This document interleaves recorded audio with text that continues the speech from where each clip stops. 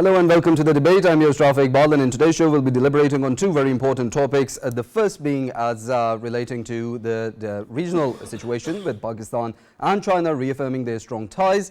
As we know, Prime Minister Shehbaz Sharif met the Chinese ambassador to Pakistan, Jiang Zedong, in Islamabad today to discuss economic and security cooperation. Earlier, Prime Minister Shehbaz Sharif and President Asif Ali Zardari just a few days back felicitated the Chinese President Xi Jinping and the Chinese nation on the advent of the Chinese Lunar New Year. The Foreign Office also reiterated One China policy as a cornerstone of Islamabad's foreign policy. And this meeting today, if we talk about it, comes days after Pakistan's Foreign Office rejected baseless and unfounded allegations, reiterating Pakistan's commitment to the One China policy. As we know, CPEC is also entering its phase 2. Pakistan hosted the SCO summit recently, and there's a lot of work going on for regional cooperation and connectivity with the Central Asian states as well. The Gawada seaport and the Gawada International Airport were inaugurated recently, which has marked a new height in the relationship between Pakistan and China and the cooperation that is to come with this development as it unfolds. In the second topic, we'll be talking about FBR achieving the second tax collection target. The FBR has achieved a record tax collection in December 2024, reaching 1,330 billion rupees. If you talk about tax reforms in the country, the property tax proposals were rejected. There were other proposals also mentioned, but the officials are confident that they will meet the targets, although the FBR is falling short on a little of them. We'll be deliberating on both these topics in detail and be deliberating on the different aspects with regards to national and geopolitical importance. In the studios, we have been joined by senior analyst Farrukh Pitafi. Along with that, we have been joined by geopolitical analyst Faisal, and on Skype, we have been joined by Shakeel Ahmad Ramay, who is a political economic expert. Thank you all for your time in being part of the conversation. Coming towards our first topic with regards to Pakistan and China ties and how these ties are being further strengthened. We know CPEC is entering its phase 2. There's a lot of work being done for regional cooperation and a lot of work being done for the progress and development of all the stakeholders in the region. With that, Mr. Shakeel, I'd like you to comment first. How do you see Pakistan and China ties further strengthening with the CPEC entering its phase 2 and all the effort that is being put in for regional cooperation and connectivity? Thank you, Rafi. I think China-Pakistan relationship are quite different if you look at the other relationship of Pakistan with other countries, because this relationship has withstood all the, you can say, difficulties and the difficult times. Pakistan and China always remain committed to each other, the core issues. For example, Pakistan always showed its support for the One China policy, and China always showed its strong support for the Kashmir cause. So China and Pakistan always supported each other for their core issues, and this relationship has also been the topic, the target of the propaganda, because once when the opponents they were trying to undermine Pakistan-China relationship, they find that they could not roll back, see back. Pakistan has rejected all the, you can say, the demands from the other countries to roll back the CPEC. Pakistan has accelerated its efforts to implement the second phase of CPEC. Then they opted for the propaganda warfare. In the propaganda warfare, as we know, we are living in the fifth generation warfare, where the era of post-truth is very prominent word which we hear here and there. It implies that so we have to counter with not only the fake news or fake narratives, but also the constructed lies. And that is one of the lies when they say that Pakistan has retreated, Pakistan has rolled back, Pakistan is undermining CPEC investment, and this blah blah blah. But Pakistan and China relationship has been solid, and they are growing. The only issue which why the people has this opportunity to talk about the CPEC and Pakistan-China relation is due to the in second phase there was some problem related to the security. Another problem is we know that in the CPEC investment there is an investment regime in the Pakistan. Those things are creating problem. That's why the opponents they use these incidents to propagate and come up with their own narratives of the fake news. Definitely. I'd like comments from Faisal as well. As a few days back, we were talking about the tensions in the Indo-Pacific and how these are, of course, creating geopolitical tensions as well. With regards to that, of course, Pakistan-China cooperation, we know there's a lot of propaganda being done against it, as Mr. Shakeel also mentioned. Faisal, how do you think this can be countered? Yeah, obviously, Rafae, when we think about the kind of cooperation, bilateral cooperation Pakistan and China, they both are having, and this isn't just because of CPEC that they are having. I mean, this friendship dates back to 1949, and since the day one, we shouldn't be forgetting that both of the countries, they have time and again proven that they are standing shoulder to shoulder with each other in any thick and thin. And of course, when we talk about the spoilers, I mean, India is the spoiler, India has been the spoiler, and India always will be a spoiler. Reason being, India does not believe in bilateral cooperation in the region, and it only believes in portraying itself as a spoiler to the Western world so that it can get favors from the Western world. Whereas obviously Pakistan and China, they have long-standing cooperation with each other. That cooperation has extended to, of course, CPEC, and today's CPEC is, of course, a game changer in terms of connectivity. When it comes to connectivity of China with the rest of the world, African countries, Middle Eastern countries, European countries, it's a rapid, obviously, connectivity, and then we of course know that this connectivity can be enhanced and can be linked with the Central Asian republics as well. Knowing all of these facts, of course, there are spoilers, and how they can be countered, of course. We should, both of the countries, they should focus on one thing, that there are artificially created stories, artificially created incidents in which the CPEC and its endeavor is the sort of target for the spoiler India. And when it takes place, then after that, of course, it comes up with the whole lot of propaganda, and that propaganda has an outreach. Even on social media, you would start seeing that they have been, of course, looking into all of these aspects and highlighting it more and more and propagating on it, so that Pakistan and China, they can face problems in terms of maintaining their bilateral relations. But I think this meeting of today, it was very important, and it is a statement which has been issued before as well, but once again reiterating the facts on ground, reiterating the friendship of both of the countries, not only for the regional spoilers, but of course the international spoilers. I think it was much needed one, and it can be countered by both China and Pakistan in a way. Number one, carry on doing the good work they are doing, and mirror to the world that this is where you stand and this is where we stand. We are doing it, and we are going ahead with it without any ifs and buts. And of course, none of the incidents, small incidents, or none of the little gestures anywhere or fake news anywhere in the world can spoil this relationship. And I think that's the way forward, and we should be extra cautious. Both of the countries, they need to be extra cautious about the spoilers and continue doing whatever they're doing. Right. With regards to that, as we earlier talked about how China is very technologically advanced, and in the race for artificial intelligence, they're also making great achievements. When we talk about this false and artificial stories and artificial propaganda that goes on that we see, which targets the bilateral relationship between Pakistan and China, Pitafi, in your opinion, how do you think in this with this technological advancement, with this advancement in AI, Pakistan and China can both help and cooperate on countering this propaganda as well? Good God, you actually linked artificial intelligence with fake stories.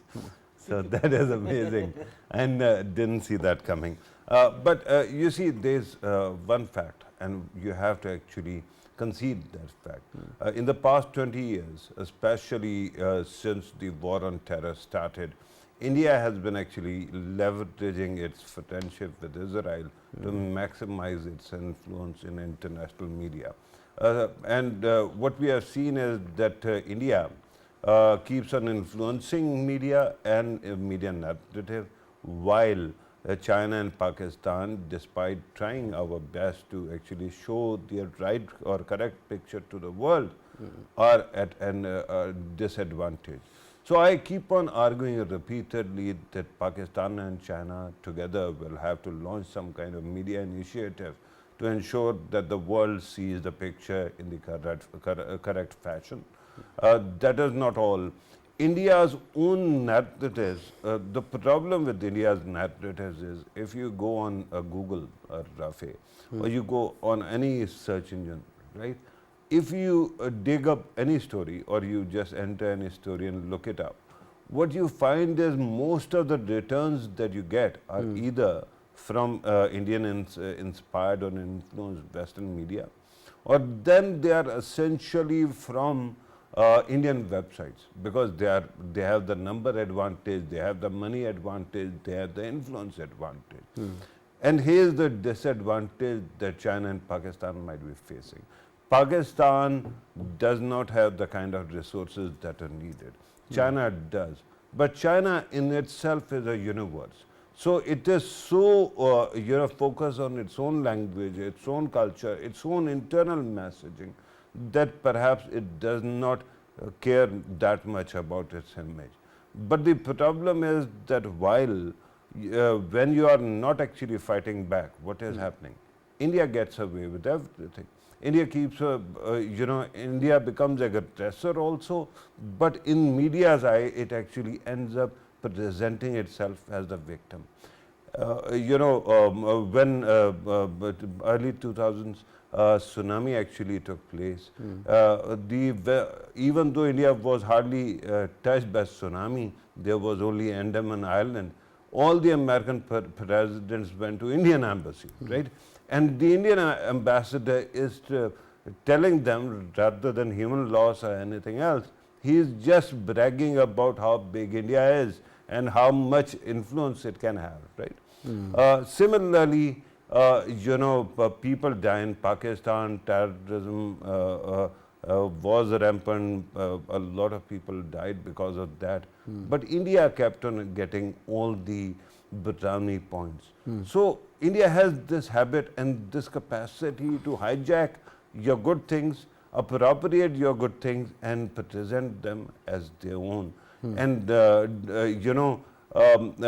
then also offload their worst things. For example, I've told you many a times that in UK, when this bindi actually was first introduced, it was called Paki dot, not Indian dot.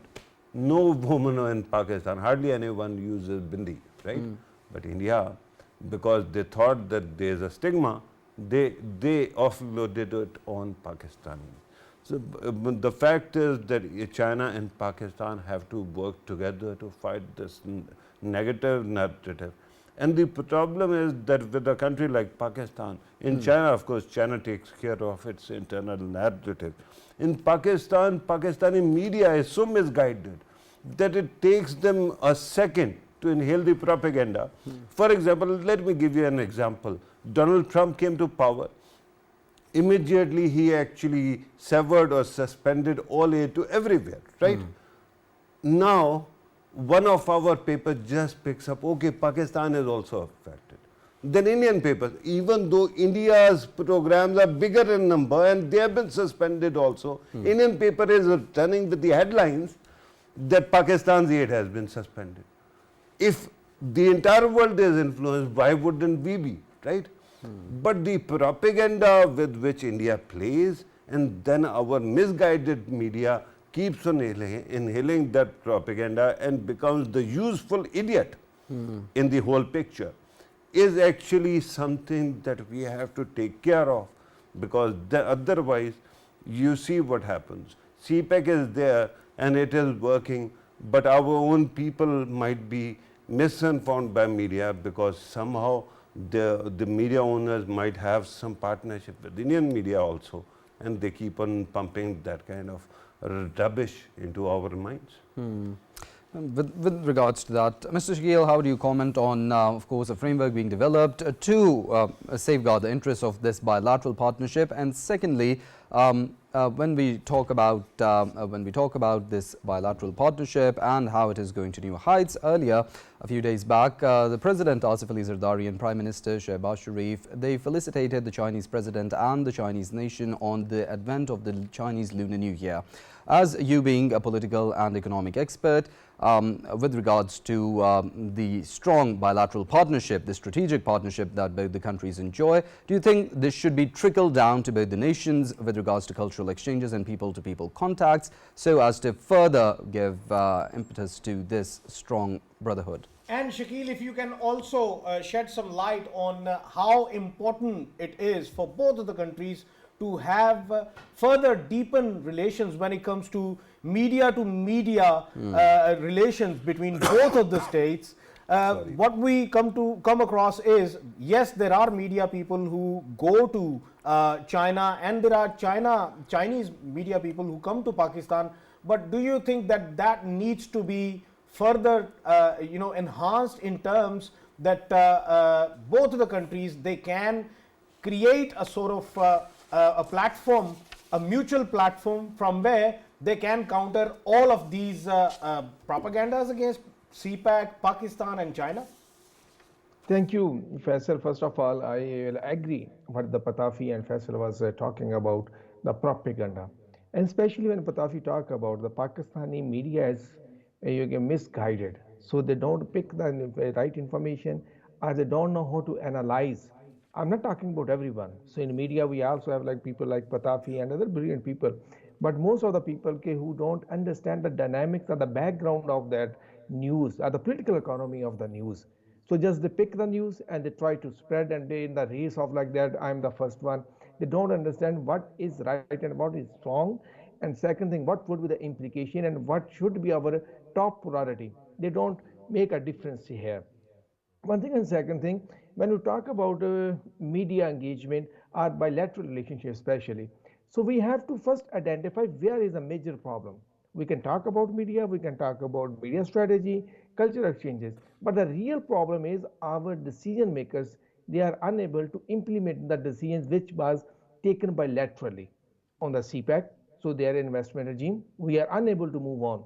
We are to giving the statements, lengthy statements, everything, but when it comes to ground level, so our bureaucracy, so our other structures, they hinder the investment and the smooth investment.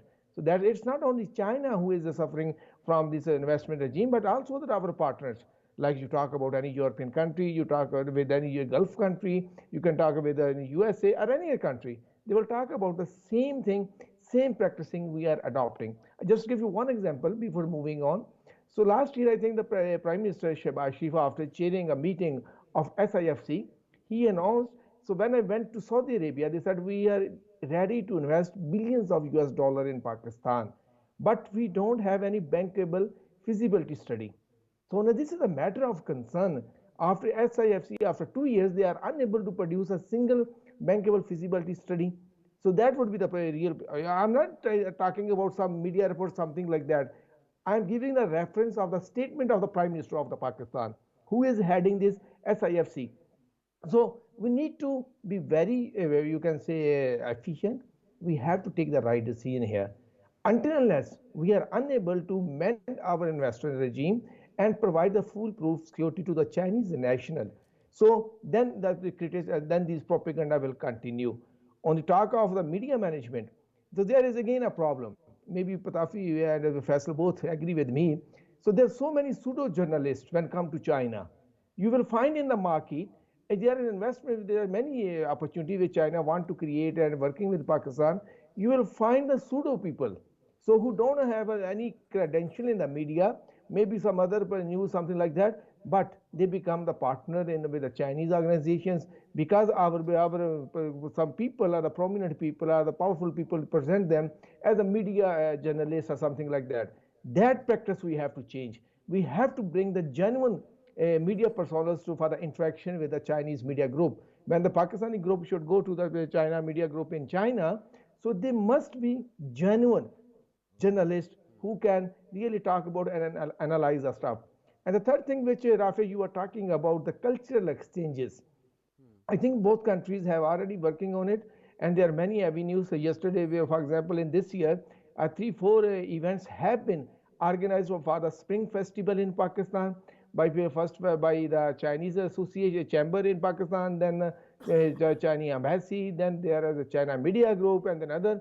So they're bringing more and more culture part, and they're also taking the culture wing at Embassy and other culture activities in China. They're inviting Pakistani people from here. I think this last year Pakistan has also Pakistan has launched a new film. They screened a new film in China, which was produced jointly by Pakistan and Chinese government.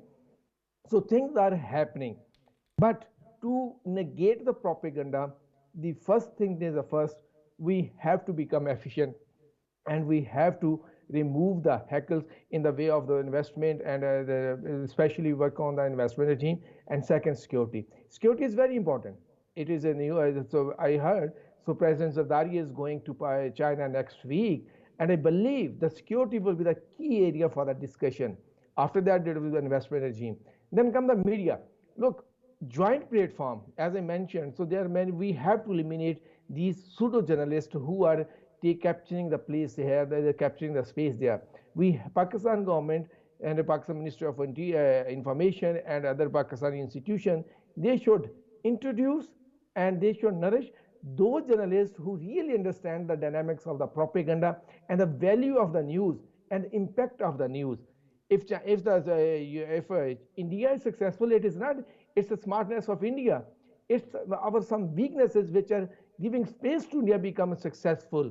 We are not keeping an eye. For example, we are nurturing some journalists here in Pakistan who just become a parrot just to repeat certain words and aggressions or emotions, something like that. But when they go to the global or the international forum, so Pitafi, you can tell me how many Pakistani media Pakistani media personas can talk sense all about the geopolitical or the geoeconomy or the geostrategic initiatives apart from the rhetoric. So we have to be very conscious when we have to nourish our media. So we have to bring the people and the media people who really understand that what are the narrative wars, what is the post-truth era, and how to survive that.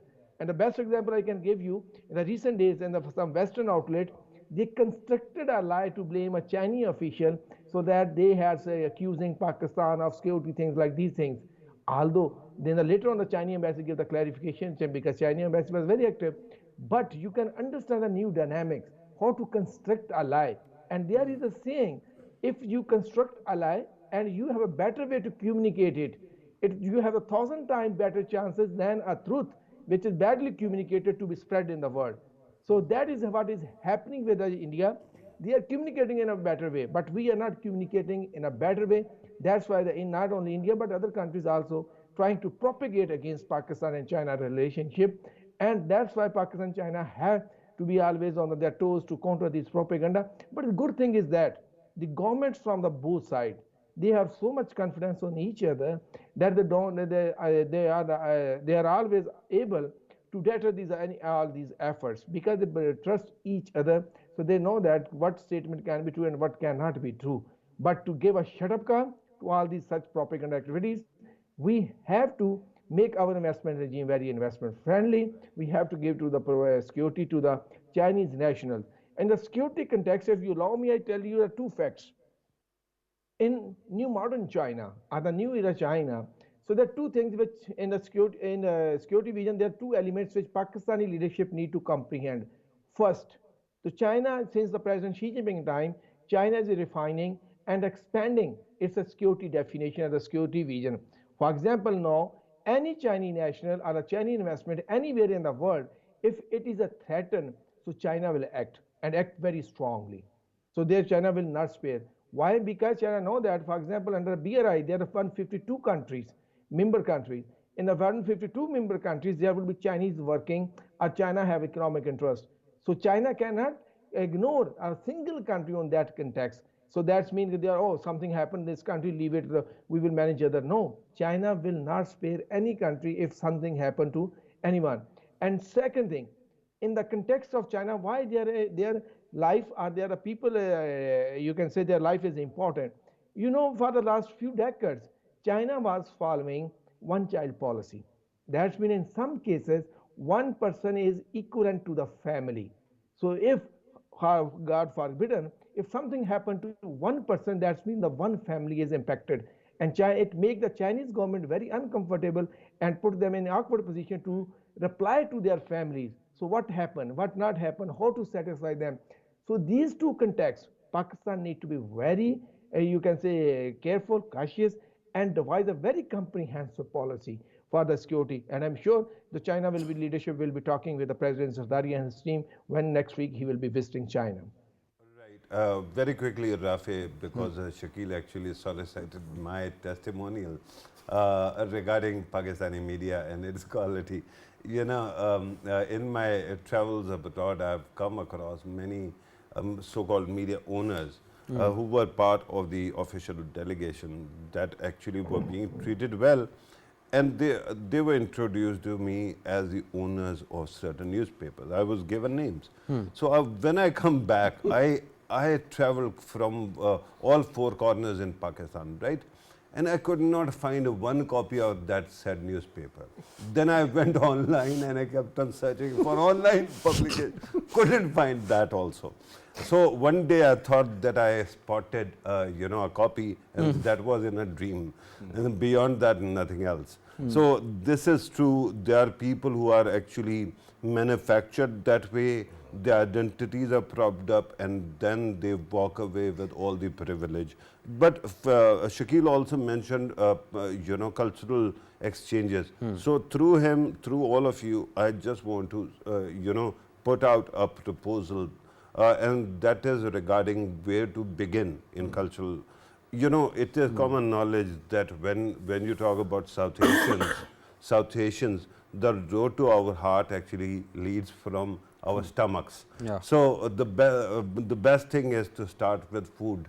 If you have cultural events where you have the introduction of their food, especially from their Muslim parts and other places, that will be really, really fascinating, and it is going to have an impact. Then you can lure them in and educate them in Chinese, Mandarin also, and work on other things too. Yeah, but Rafi, I wanted to actually touch on whatever Shakeel, and there's one beautiful thing about Shakeel. Shakeel is very straightforward when it comes to talking about these things, and he has put excellently on this aspect that the people who get a chance are provided with a chance to go to China. To be honest, I mean, they are the people who are simply wasting this chance. Reason being, they might end up making few pictures with the buildings or making few pictures with the China wall. I mean, that is a fascinating thing to make a picture with China wall. And then they put on Facebook and that's it. They forget about it, right? And they don't do any justice to their visit, whether they have visited some economic hub, some industrial area, how does the industrial area works there, and what kind of industrial practices they are implementing in their country, from which we can learn and implement in Pakistan, and how we can increase our industrial expansion in terms of that. Nobody would share anything related to that. When they come back, all they have is just to brag about that they have had a chance to visit China, and obviously what's the benefit of it? Well, there's no benefit. They just done no justice to it. To me, I think as Shakeel has mentioned, that strict scrutiny, and only the people who have a lot to do with CPEC, who have a lot to do with the importance of bilateral relations with China and Pakistan, they should be given a chance. They should be given a chance with a purposeful visit, rather than simply, making them visit the big buildings or something like that.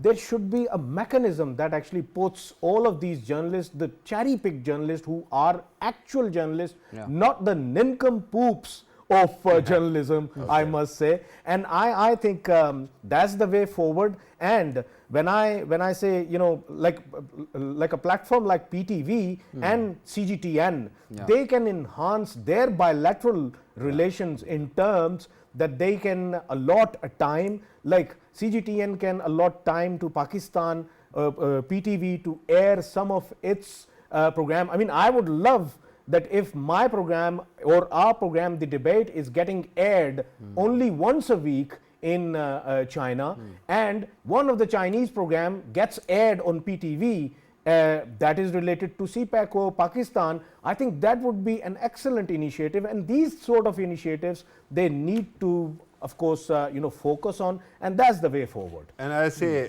Shakeel, I don't know why we keep on complaining about these people being given these chances. Let us launch a newspaper together. Let us call it Daily Shakeel, and have the, instead of masthead, we'll have your smiling face, and we'll carry that paper every day, and we'll get all the access. How about that? Yeah.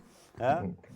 But there is a new law in Pakistan, so I don't qualify for that, and I cannot. But I think Shakeel is referring to Pika. Pika. Okay. I think we can join hands and we can do our bit. Because I feel when I move in the circles, even when I go to the China, so I interact with them. So some retired government officials from the civil and military, so they present themselves, they are in the Chinese media, they are the guru of media in Pakistan. So even they don't know what to do with the media, but they present themselves, and they create a bad image for our civilian institutions, because nobody know that either they are the representing their government, other institutions, or their armed forces, or something like that. Nobody know that, but it happens. So maybe we need to join our hands and do our bit and do something like that. So one thing, and second thing, Farrukh, which is very important, we are not exploring the social media of China. We are too much focused on our on Facebook, YouTube, and we are in Twitter or X now. But we don't know so what the WeChat is, because WeChat is not only the chatting app.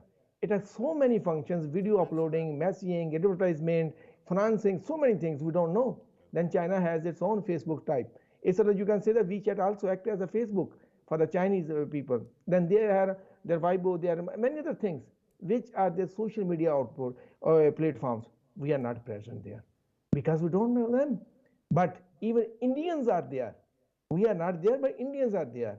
So that's another create another type of the problem for us.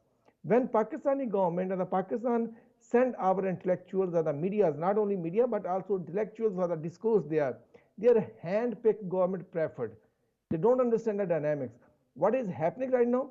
So Indian scholars are there, experts there are dominating their debate, and Pakistani scholars are being weed out. Because at a global level, you need to talk about the sense, not the emotions. Because there's nobody there to buy your emotions. Everybody is there to learn how you can contribute and what is your position. If you start your presentation like that, deeper than the sea, higher than mountains, sweeter than honey, so they will fed up. So we need to mend also our scholar policy, academia cooperation with China, because that is very important. Because if we lose that space in Chinese intellectual or academia, that means we ultimately lose their space in their policy making also, because definitely those intellectuals or the academia, they shape their view or the point of view of their nation. So they play a role. So Pakistan also have to put the efforts there, and your suggestion is welcome, and I'm really happy to assist you for it, and Faisal, because I regard you genuinely, because you both are a journalist and you're doing a wonderful job. So what we can do, we can do. Roznama Shakeel will also have a mender and copy. Yeah. Over to you. Of course, with a very significant partnership, much effort needs to be put in, and thorough significance needs to be put in to appoint thorough professionals with regards to the marketing and branding of this partnership. With that, as we talk about this race for, of course, strengthening ties, there's also another race in which the FBR officials are involved, which is achieving the second tax collection target, as FBR has achieved a record tax collection target in December 2024, reaching 1330 billion rupees. The property tax proposals have been rejected by the officials of the FBR. They have also rejected the Association of Builders and Developers' request to relax property purchase rules. With regards to that, Mr. Shakeel, I'd come towards you first. How do you see this FBR of course, reaching their tax collection targets, because the officials involved, they're very confident, and the finance minister has also said that FBR will be very successful in generating revenue through taxes. I think the best part, if you want to understand, there was a recently written some 2 or 3 articles by a very well known a tax expert, and he is also a tax lawyer, so Dr. Ikramul. He explained it very well. So what is, for example, in the last year, when they say that FBR has surpassed their target from 9 trillion and they have more taxes that, but from where it was coming? It was coming as a withholding tax. So that is that sustainable practice if we are going to the withholding tax? Because he mentioned about 2.5 trillion we were collected as a withholding tax and some other. And this year, if we look at that, so from where the taxes are coming? From the common people and the salaried class. If salary class is being punished, so that's mean so we are not getting somewhere else. We are not getting the taxes from other sources. They are very powerful. For example, the banking sector, which is making a lot of profit, but when the government go for the 15% and they sat with the banking sector sat with the government and they brought it down, like other big players like in real estate or some others, they are the powerful people, they don't do it, and then ultimately the common citizen or the salary class have to be at the front of those taxes. That is a really worrisome. And one thing, and second thing, it also shows that so our industry is not giving the required pace or the growth. So until unless our industry is not picking the growth, so our tax structure will remain the biased, as you can see, it will be more biased towards the salaried class, get the more taxes from there. When our industry pick the growth, then it will be easier for the government to go for the taxes there. And also the agriculture sector, if the agriculture sector also perform better, so there's a better income, so maybe then can be the taxes. So can be taxes come from there. But until that point, maybe we have to go for the more salary class taxes, and that will create the problem. But for industry, the fundamental requirement is a cheap electricity, which is not happening in Pakistan right now.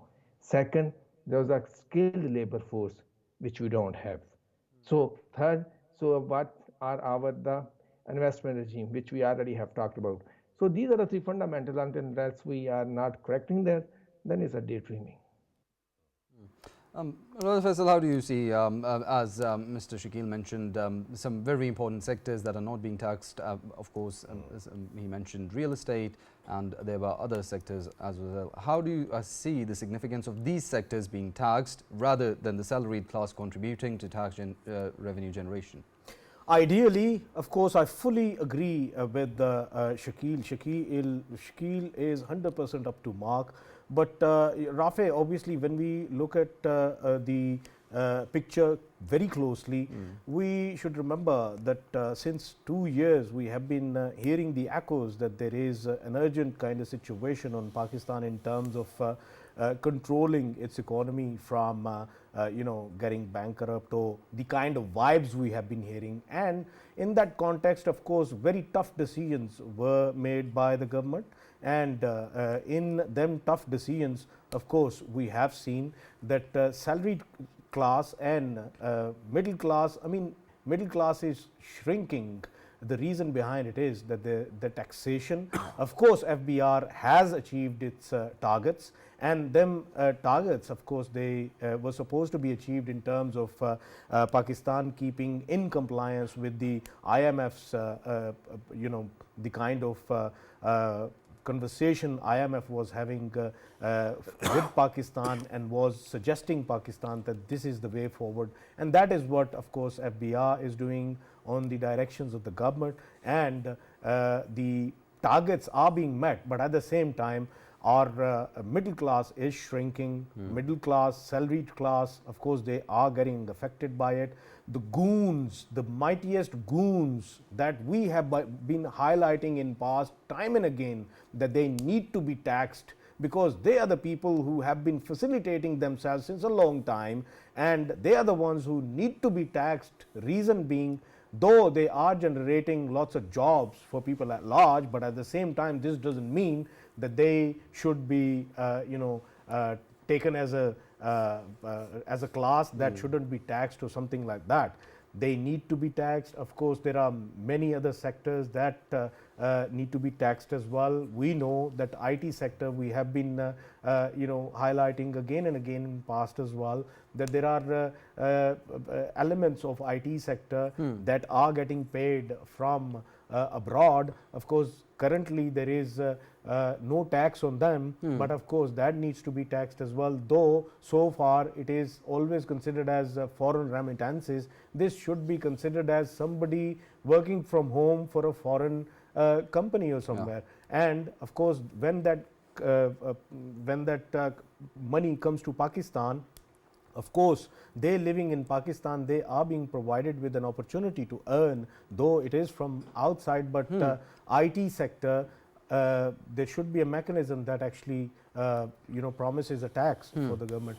And when we talk about the businessmen that are associated with the IT sector, they have lots of corridors from which they are earning from outside of the world, but they don't get taxed, and they need to be taxed as well. So these are the corridors that need to be focused, and big businesses, they need to be focused, they need to be extra charged. Definitely. Rather than the middle class getting more and more taxes. Definitely, the businesses are getting taxed. Farrukh Pitafi, how do you comment on the phrase, a progressive taxing need of the hour in light of the monetary policy rate coming down to 12%? Right. Thank you very much again. Let me remind the viewers first that every time we talk about economics, your pet there was no mention of reform. The pet question to me is always taxation. So today you maneuvered your way into finding a way to actually legitimately ask me about taxation. Thank you very much for that. Now I want to actually begin by, not so much correcting, but updating what Raja Faisal was saying, because I know what he meant.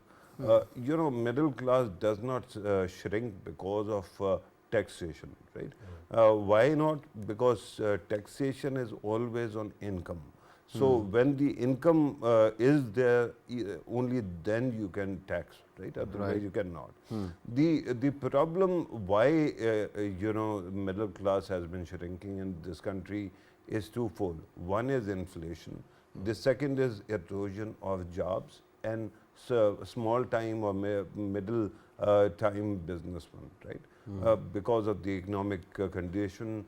Recently, IMS local official actually spoke and in Pakistan, and he actually warned against being too aggressively pursuing opening of the economy, because at this moment he thought that economy is still trying to find its feet. And that might be because of that our middle class has been shrinking, and of course inflation has killed people all over the world. Our middle class is also has suffered because of that. But when it comes to taxation, the fact is that there are people, they have on one side you have white elephants like SOEs, on the other side you have these elephants in the room that nobody wants to address.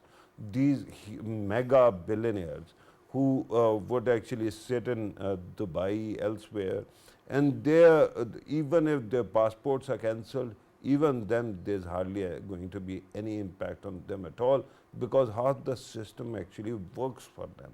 And they keep on finding ways. Honestly, in this country, if you have a big businessman, every other day somebody criticizes Elon Musk or somebody else. Trust me, the day Elon Musk opens a business in Pakistan, you will see the very same populist anchors actually killing themselves to support him. Why? Because money, right? Because of that, everything actually goes haywire. And unfortunately, in our country, it has become a culture to blame income tax officials for everything that is bad. I know you have to conclude. I will be very quick.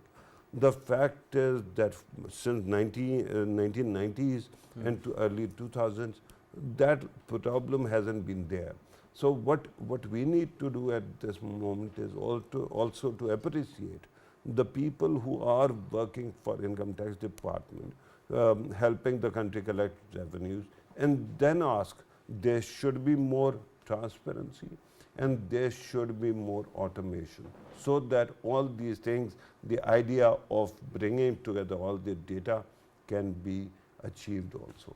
Well, very important points raised, and of course, food for thought for all praise for the FBR officials who are involved in, of course, reaching these targets. With that, we'll conclude the debate for today. I'd like to thank all of our guests, Mr. Shakeel Ahmed Ramay, political and economic expert, Farrukh Pitafi, senior analyst, and geopolitical analyst Raja Faisal. Thank you all for your time and being part of the conversation. That wraps up the debate for today. See you all same time on Monday. Till then, take care.